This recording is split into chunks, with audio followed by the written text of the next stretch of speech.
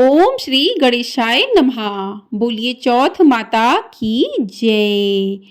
आप सभी को सकट चौथ की हार्दिक शुभकामनाएं। आप सभी पर भगवान गणेश और चौथ माता की कृपा सदैव बनी रहे। आज की वीडियो में आप सुनेंगे सकट चौथ की कथाएं। तो आप सभी लोग हमारे साथ जुड़े रहिएगा और कथाओं को पूरा अवश्य सुनिएगा। सकट चौथ माघ मास के कृष्ण पक्ष की चतुर्थी को सकट चौथ का व्रत किया जाता है। यह व्रत भगवान गणेश को समर्पित है। इस व्रत में माताएं अपनी संतान के लिए निर्जला उपवास रखती हैं और भगवान गणेश की पूजा करती हैं। कहते हैं कि इस दिन निर्जला व्रत रखकर जो भी माएँ जो भी महिलाएं भगवान गणेश का पूजन करती हैं उनके संतान की प्राप्ति होती है। उनकी संतान पर कभी भी कोई कष्ट नहीं आता है। इसे तिलकुटा चौथ के नाम से भी जाना जाता है। तो साल 2025 में सकट चौथ का पर्व 17 जनवरी दिन शुक्रवार को है। इसी दिन व्रत किया जाएगा और इसी दिन व्रत की कथाएं भी सुनी जाएंगी। तो चलिए पहली कथा शुरू करते हैं। पहली कथा देवरानी और जिठानी की है। एक शहर में देवरानी जिठानी रहती थी। देवरानी बहुत ही गरीब थी। बड़ी मुश्किल से उसका गुजारा चलता था। वहीं जिठानी अमीर थी। देवरानी हमेशा गणेश जी का पूजन और व्रत करती थी। देवरानी का पति जंगल से लकड़ी काटकर बेचता था। देवरानी घर का खर्च चलाने के लिए जिठानी के घर काम करती थी और शाम को जो भी बचा हुआ खाना होता था वह जिठानी उसे दे देती थी। इस तरह उसके घर का खर्च चल रहा था। माघ महीने में गणेश जी का व्रत सकट चौथ देवरानी ने रखा।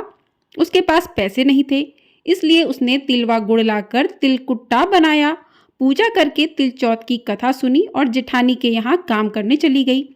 सोचा शाम को चंद्र को अर्घ देकर जिठानी के यहाँ से कुछ खाना मिलेगा तो खा लेगी। शाम को जब जिठानी के घर खाना बनाया तो उसके जिठानी का व्रत होने के कारण सभी ने खाना खाने से मना कर दिया।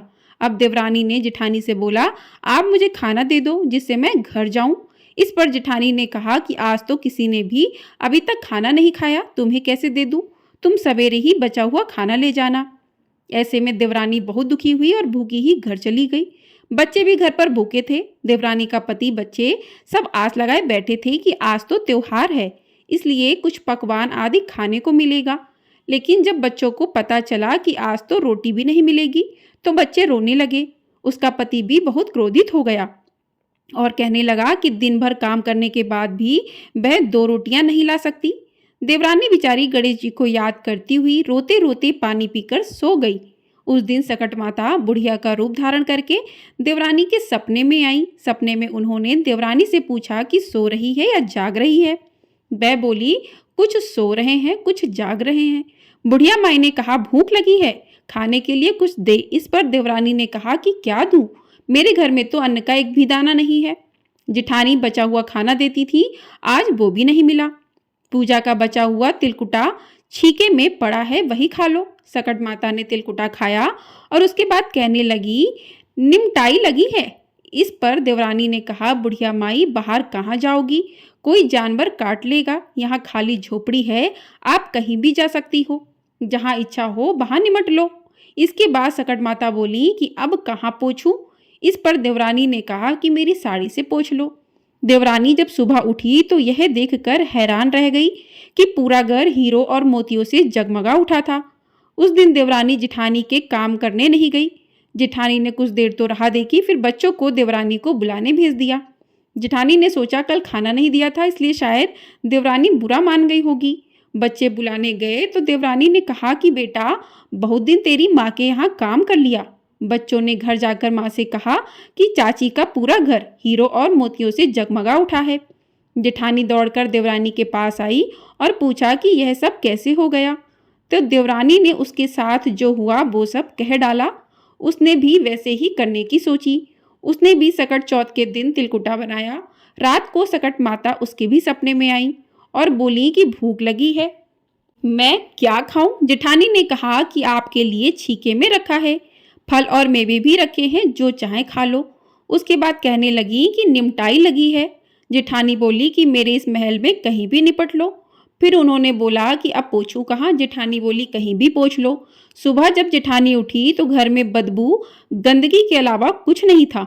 हे सकट माता, जैसे आपने देवरानी पर कृपा की वैसे अपनी कृपा सभी पर करना। बोलिए सकट माता की जय। आइए अब सुनते हैं दूसरी पौराणिक कथा। तो प्रिय श्रोताओं, एक बार गणेश जी बाल रूप में चुटकी भर चावल और 1 चम्मच दूध लेकर पृथ्वी लोक के भ्रमण पर निकले। वे सबसे यह कहते घूम रहे थे, कोई मेरी खीर बना दे, कोई मेरी खीर बना दे। लेकिन सबने उनकी बात पर ध्यान नहीं दिया। तभी एक गरीब बुढ़िया उनकी खीर बनाने के लिए तैयार हो गई। इस पर गणेश जी ने घर का सबसे बड़ा बर्तन चूल्हे पर चढ़ाने को कहा। बुढ़िया ने बाल लीला समझते हुए घर का सबसे बड़ा भगोना उस पर चढ़ा दिया। गणेश जी के दिए चावल और दूध भगोने में डालते ही भगोना भर गया। इस बीच गणेश जी वहां से चले गए और बोले, अम्मा जब खीर बन जाए तो बुला लेना। पीछे से बुढ़िया के बेटे की बहू ने 1 कटोरी खीर चुराकर खा ली और 1 कटोरी खीर छिपाकर अपने पास रख ली। अब जब खीर तैयार हो गई तो बुढ़िया माई ने आवाज लगाई, आजा रे गणेश, खीर खा ले। तभी गणेश जी वहां पहुंच गए और बोले कि मैंने तो खीर पहले ही खा ली। तब बुढ़िया ने पूछा कि कब खाई? तो वे बोले कि जब तेरी बहू ने खाई तभी मेरा पेट भर गया। बुढ़िया ने इस पर माफ़ी मांगी। इसके बाद जब बुढ़िया ने बाकी बची खीर का क्या करें इस बारे में पूछा तो गणेश जी ने उसे नगर में बांटने को कहा और जो बचे उसे अपने घर के जमीन गड्ढा करके दबा दे। अगले दिन जब बुढ़िया उठी तो उसे अपनी झोपड़ी महल में बदली हुई और खीर के बर्तन सोने जवाहरातों से भरे मिले। गणेश जी की कृपा से बुढ़िया का घर धन दौलत से भर गया। गणेश जी भगवान जैसे बुढ़िया को सुखी किया वैसे कथा सुनने और सुनाने वाले को सभी को खुश करना। बोलिए गणेश भगवान की जय। आइए अब सुनते हैं तीसरी पौराणिक कथा। प्रिय श्रोताओं, किसी नगर में एक कुम्हार रहता था। एक बार जब उसने बर्तन बनाकर आंबा लगाया तो आंबा नहीं पका। हार कर वह राजा के पास जाकर प्रार्थना करने लगा कि आंबा पक ही नहीं रहा। राजा ने पंडित को बुलाकर कारण पूछा तो राजा पंडित ने कहा कि हर बार आंबा लगाते समय बच्चे की बलि देने से आंबा पक जाएगा। राजा का आदेश हो गया। बलि आरंभ हुई। जिस परिवार की बारी होती वह परिवार अपने बच्चों में से एक बच्चा बलि के लिए भेज देता। इसी तरह कुछ दिनों बाद सकट के दिन एक बुढ़िया के लड़के की बारी आई। बुढ़िया के लिए वही जीवन का सहारा था, लेकिन राज आज्ञा के आगे किसी की भी नहीं चलती। दुखी बुढ़िया सोच रही थी कि मेरा तो एक ही बेटा है, वह भी सकट के दिन मुझसे जुदा हो जाएगा। बुढ़िया ने लड़के को सकट की सुपारी और दूब का बीड़ा देकर कहा, भगवान का नाम लेकर आमा में बैठ जाना, सकट माता रक्षा करेंगी। बालक को आमा में बैठा दिया गया और बुढ़िया सकट माता के सामने बैठकर पूजा करने लगी। पहले तो आमा पकने में कई दिन लग जाते थे, पर इस बार सकट माता की कृपा से एक ही रात में आमा पक गया था। सवेरे कुम्हार ने देखा तो हैरान रह गया कि आमा पक गया है। बुढ़िया का बेटा भी सुरक्षित था और अन्य बालक भी जीवित हो गए थे। नगरवासियों ने सकट की महिमा स्वीकार की तथा लड़के को भी धन्य माना। तब से आज तक सकट की विधि विधान से पूजा की जाती है। बोलिए सकट माता की जय। आइए अब सुनते हैं चौथी पौराणिक कथा, जो कि एक साहूकार और साहूकारनी की थी। तो प्रिय श्रोताओं, एक साहूकार और एक साहूकारनी थी। वह धर्म पुण्य को नहीं मानते थे, इसके कारण उनका कोई भी बच्चा नहीं था। एक दिन साहूकारनी पड़ोसी के घर गई। उस दिन सकट चौथ था। वहां पड़ोसन सकट चौथ की पूजा करके कहानी सुना रही थी। साहूकारनी ने पड़ोसन से पूछा कि तुम क्या कर रही हो? तब पड़ोसन बोली कि आज चौथ का व्रत है, इसलिए कहानी सुना रही हूँ। तब साहूकारनी बोली कि चौथ के व्रत करने से क्या होता है? तब पड़ोसन बोली, इसे करने से अन्न धन सुहाग पुत्र सब मिलता है। तब साहूकारनी ने कहा, यदि मेरा गर्व रह जाए तो मैं 1.25 सेर तिलकुट करूंगी और चौथ का व्रत करूंगी। श्री गणेश भगवान की कृपा से साहूकारनी के गर्व रह गया तो वह बोली कि मेरा लड़का हो जाए तो मैं 2.5 सेर तिलकुट करूंगी। कुछ दिन बाद उसके लड़का हो गया तो वह बोली कि हे चौथ भगवान, मेरे बेटे का विवाह हो जाएगा तो 5.25 सेर का तिलकुट करूंगी। कुछ वर्षों बाद उसके बेटे का विवाह तय हो गया और उसका बेटा विवाह करने चला गया। लेकिन उस साहूकारनी ने तिलकुट नहीं किया। इसी कारण से चौथ देव क्रोधित हो गए और उन्होंने फेरों से उसके बेटे को उठाकर पीपल के पेड़ पर बिठा दिया। सभी वर को खोजने लगे पर वो नहीं मिला। हताश होकर सारे लोग अपने अपने घर को लौट गए। इधर जिस लड़की से साहूकारनी के लड़के का विवाह होने वाला था, वह अपनी सहेलियों के साथ गणगौर पूजने के लिए जंगल में दूब लेने गई थी। तभी रास्ते में पीपल के पेड़ से आवाज आई, ओ मेरी अर्धवेई। यह बात सुनकर जब लड़की घर आई, उसके बाद वह धीरे धीरे सूख कर कांटा होने लगी। एक दिन लड़की की माँ ने कहा, मैं तुम्हें अच्छा खिलाती हूँ, अच्छा पहनाती हूँ, फिर भी तू सूखती जा रही है, ऐसा क्यों? तब लड़की अपनी माँ से बोली कि वह जब भी दूब लेने जंगल जाती है तो पीपल के पेड़ से एक आदमी बोलता है कि ओ मेरी अर्धव्याई। उसने मेहंदी लगा रखी है और सेहरा भी बांध रखा है। तब उसकी माँ ने पीपल के पेड़ के पास जाकर देखा, यह तो उसका जमाई ही है। तब उसकी माँ ने जवाई से कहा, यहाँ क्यों बैठे हो? मेरी बेटी तो अर्धब्याही कर दी और अब क्या लोगे? साहूकारनी का बेटा बोला, मेरी माँ ने चौथ का तिलकुट बोला था लेकिन नहीं किया, इसलिए चौथ माता ने नाराज होकर मुझे यहाँ बैठा दिया। यह सुनकर उस लड़की की माँ साहूकारनी के घर गई और उससे पूछा कि तुमने सकट चौथ का कुछ बोला है क्या? तब साहूकारनी बोली, तिलकुट बोला था। उसके बाद साहूकारनी बोली, मेरा बेटा घर आ जाए तो 2.5 मन का तिलकुट करूंगी। इससे श्री गणेश भगवान प्रसन्न हो गए और उसके बेटे को फेरों में लाकर बैठा दिया। बेटे का विवाह धूमधाम से हो गया। जब साहूकारनी के बेटा और बहू घर आ गए तब साहूकारनी ने 2.5 मन तिलकुट किया और बोली कि हे चौथ देव, आपके आशीर्वाद से मेरे बेटा बहू घर आए हैं, जिससे मैं हमेशा तिलकुट करके व्रत करूंगी। इसके बाद सारे नगरवासियों ने तिलकुट के साथ सकट व्रत करना प्रारंभ कर दिया। हे सकट चौथ, जिस तरह साहूकारनी को बेटे बहू से मिलवाया वैसे ही हम सबको मिलवाना। इस कथा को कहने सुनने वालों का भला करना। बोलिए सकट चौथ की जय। बोले भगवान गणेश की जय। तो आइए भक्तों, अब सुनते हैं 5वीं पौराणिक कथा। तो प्रिय श्रोताओं, माँ पार्वती एक बार स्नान करने गईं। स्नान घर के बाहर उन्होंने अपने पुत्र गणेश जी को खड़ा कर दिया और उन्हें रखवाली का आदेश देते हुए कहा कि जब तक मैं स्नान कर खुद बाहर नहीं आ जाऊं, किसी को भी भीतर आने मत देना। गणेश जी अपनी माँ की बात मानते हुए बाहर पहरा दिया।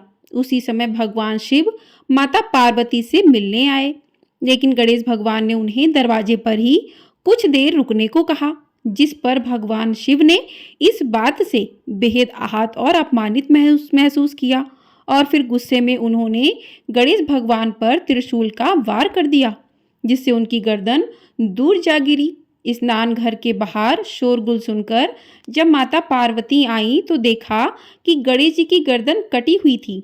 यह देखकर वो रोने लगी और उन्होंने शिव जी से कहा कि गणेश जी के प्राण फिर से वापस कर दीजिए। इस पर शिव जी ने एक हाथी का सिर लेकर गणेश जी को लगा दिया। इस तरह से गणेश भगवान को दूसरा जीवन मिल गया।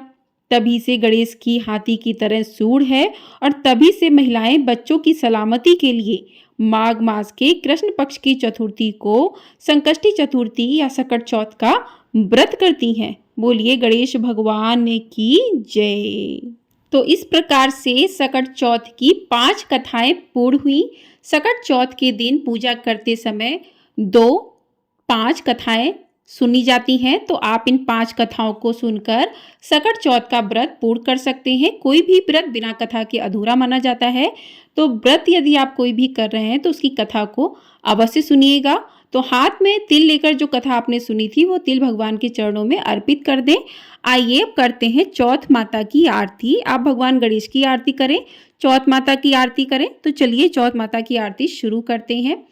ओम जय श्री चौथ मैया, बोलो जय श्री चौथ मैया। सच्चे मन से सुमिरे सब दुख दुख दूर भया। ओम जय श्री चौथ मैया।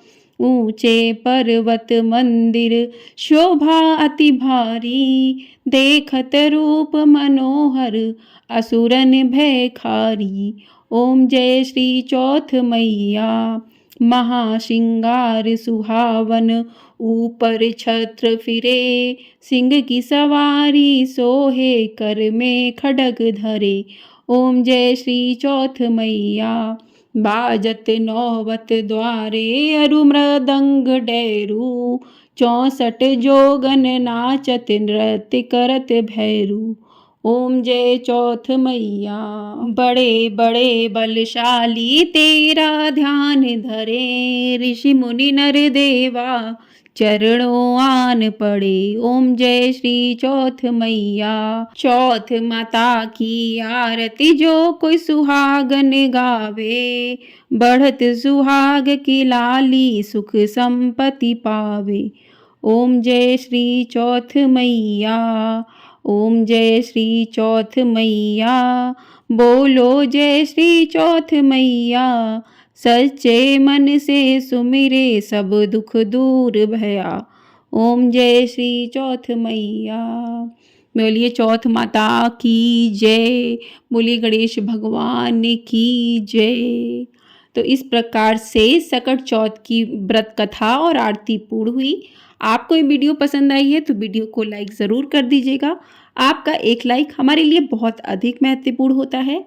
और चैनल पर नए हैं तो चैनल को सब्सक्राइब कर लीजिएगा। आपको हमारे चैनल पर माघ मास महात्म्य के अध्याय प्रतिदिन सुनाए जा रहे हैं, तो आप चैनल को सब्सक्राइब कर लीजिएगा, जिससे आपको सभी अध्याय समय से प्राप्त हो सके। और इस वीडियो के कमेंट बॉक्स में भगवान गणेश और चौथ माता की जय अवश्य लिखिएगा।